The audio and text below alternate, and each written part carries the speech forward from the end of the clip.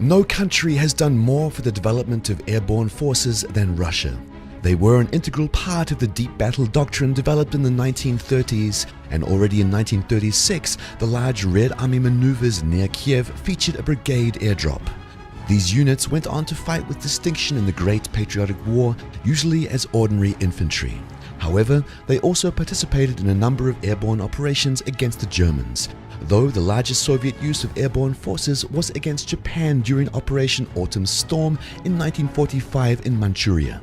Following the war, the Airborne Forces, or the VDV, became an independent branch of service under the command of the legendary General Margalov, and developed a sophisticated doctrine and equipment suite which had no equivalent anywhere else in the world.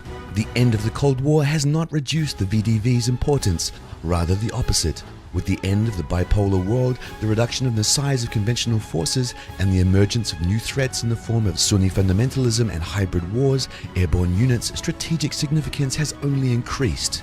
Since any future war will feature fluid front lines and open flanks, the ability to airlift or airdrop a light mechanized brigade or even a division to a crucial part of the theater of war can play a decisive role in the outcome of an entire operation. Moreover, the VDV are not only a battlefield but also a strategic force. They are ideal for the so-called coup de main operations which preempt enemy moves and which can be employed in virtually any operational theater where great power interests clash, sovereignty is limited or non-existent, and possession is 9/10 of the law. Such contested zones today include the Arctic and the Middle East, where there are large areas not subject to the sovereignty of any one state. In the future, they may also include Ukraine, which is facing a distinct prospect of an outright state failure, Transcaucasus, whose countries are facing major internal problems, and also Central Asia, which will have to face subversive influences fanned northward from Afghanistan. The VDV even have a role to play in the ongoing but still fairly tame confrontation with NATO.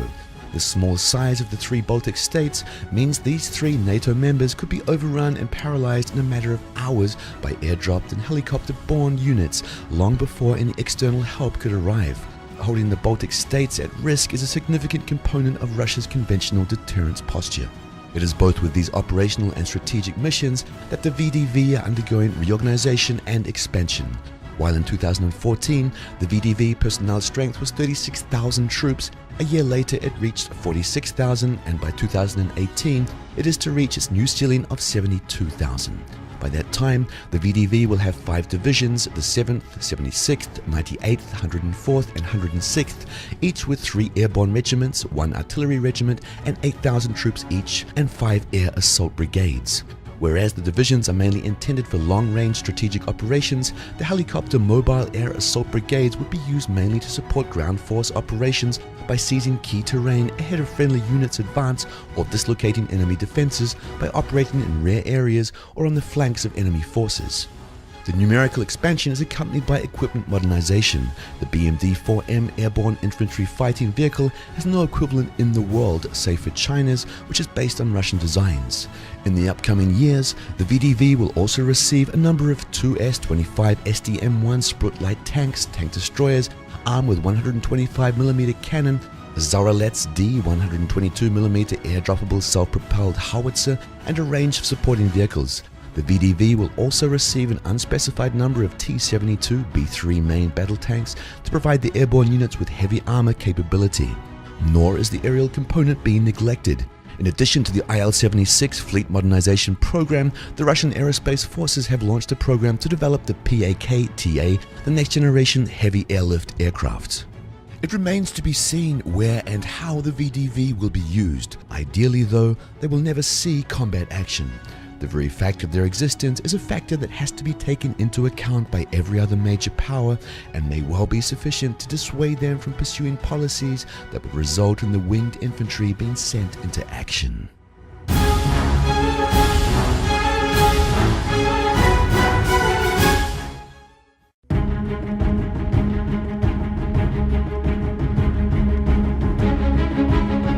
On April 5, 2016, President Vladimir Putin signed a decree establishing a new paramilitary formation, the National Guard, out of the internal troops of the Ministry of Internal Affairs, MVD.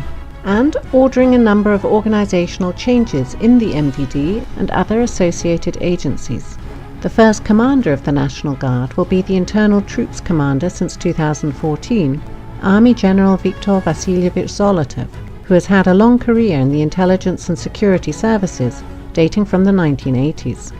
The National Guard will include the internal troops as well as the Sobr and Ormond Special Riot Control and Counter-Terrorism units, which will result in a paramilitary internal security organisation directly comparable to France's Gendarmerie Nationale. This will provide the National Guard commander and ultimately the President with an integrated internal security organisation capable of fine-tuning the level of violence depending on the level of the threat, starting with Maidan-style not-so-peaceful protests and ending with full-scale insurgencies.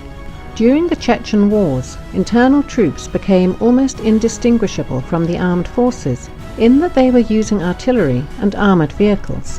While there is no mention of the National Guard's external role, its mission might also involve peacekeeping and law enforcement operations in, say, the Donbass, where their presence would be less controversial than that of the military. Instead of being part of the MVD subordinate to its minister, the National Guard's commander will answer directly to the President, which implies institutional standing on a par with other security services and ministries. The National Guard's sphere of responsibility will include combating terrorism and organised crime. Furthermore, the MVD will absorb a number of separate federal agencies, such as the Federal Migration Service, FMS, and the Federal Drug Trafficking Interdiction Service, FSKN.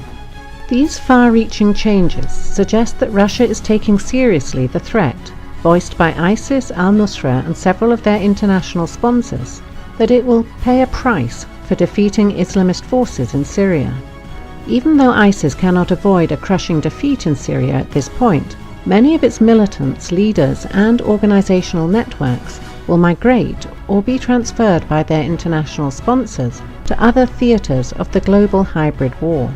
While they include Libya, a more worrisome prospect is their use to destabilize Central Asia and perhaps even the Caucasus. The combined focus on drug trafficking, organized crime, migration and terrorism is not coincidental, because in combination these are vital elements of the hybrid warfare practiced by Islamist forces.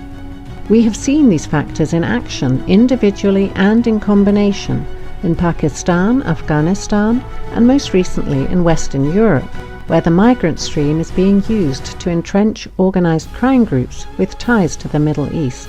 These organized crime networks can then serve as a delivery vehicle of sorts for terrorists who can use the tried and true illegal transportation networks to enter Europe and perpetrate acts of terrorism.